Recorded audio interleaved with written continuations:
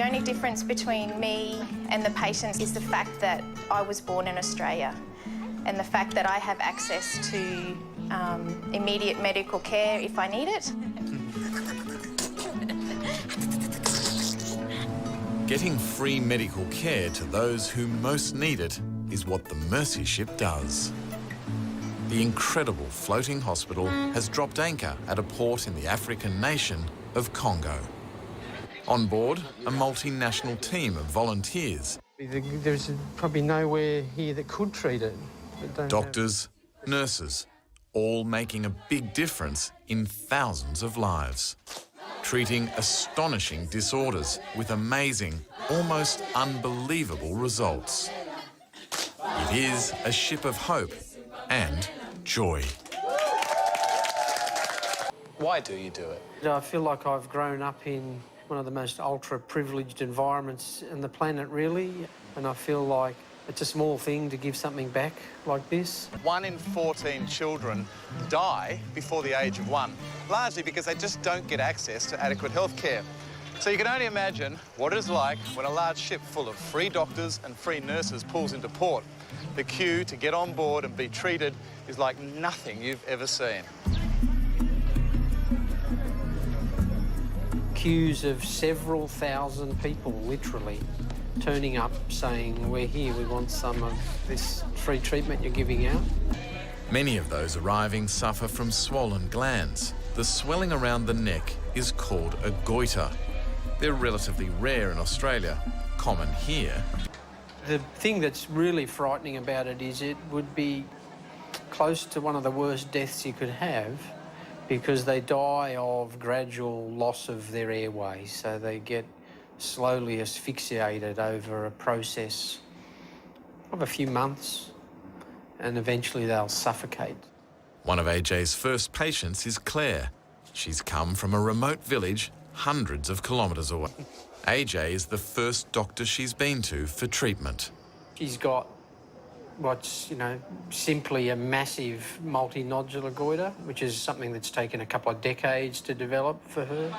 The first step for Claire is to have a CAT scan to find out how far the tumour has spread. I don't mind telling you that's the sort of case that I lose sleep over. I think about it at night because I know that it's difficult, and if things go a little bit the wrong way, it can get very difficult. Claire's scan results show the tumour is benign and can be removed. She's next in line for surgery. 3-year-old Kojo is also in need of help.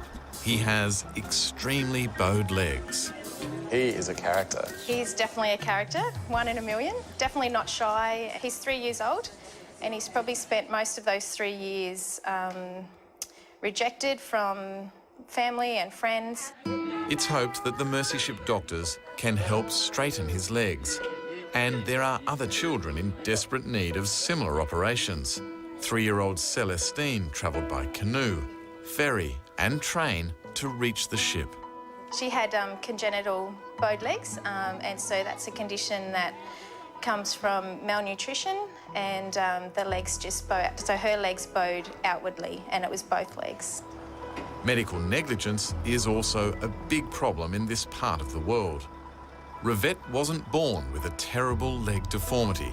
Tragically, it was given to her. She had an injection, a quinine injection that was injected into her nerve instead of her muscle, and that's caused a deformity in her legs where they've bent backwards. And so she found it very difficult to walk and even difficult to sit down. All 3 children can be helped and head into surgery. Each of their operations is different and difficult. Bones are broken and reset, metal rods and screws inserted. Then, to make sure they heal correctly, their legs are covered in plaster. It takes a lot out of the children who've already been through so much. So, to help them feel better, when they wake up, there's a party.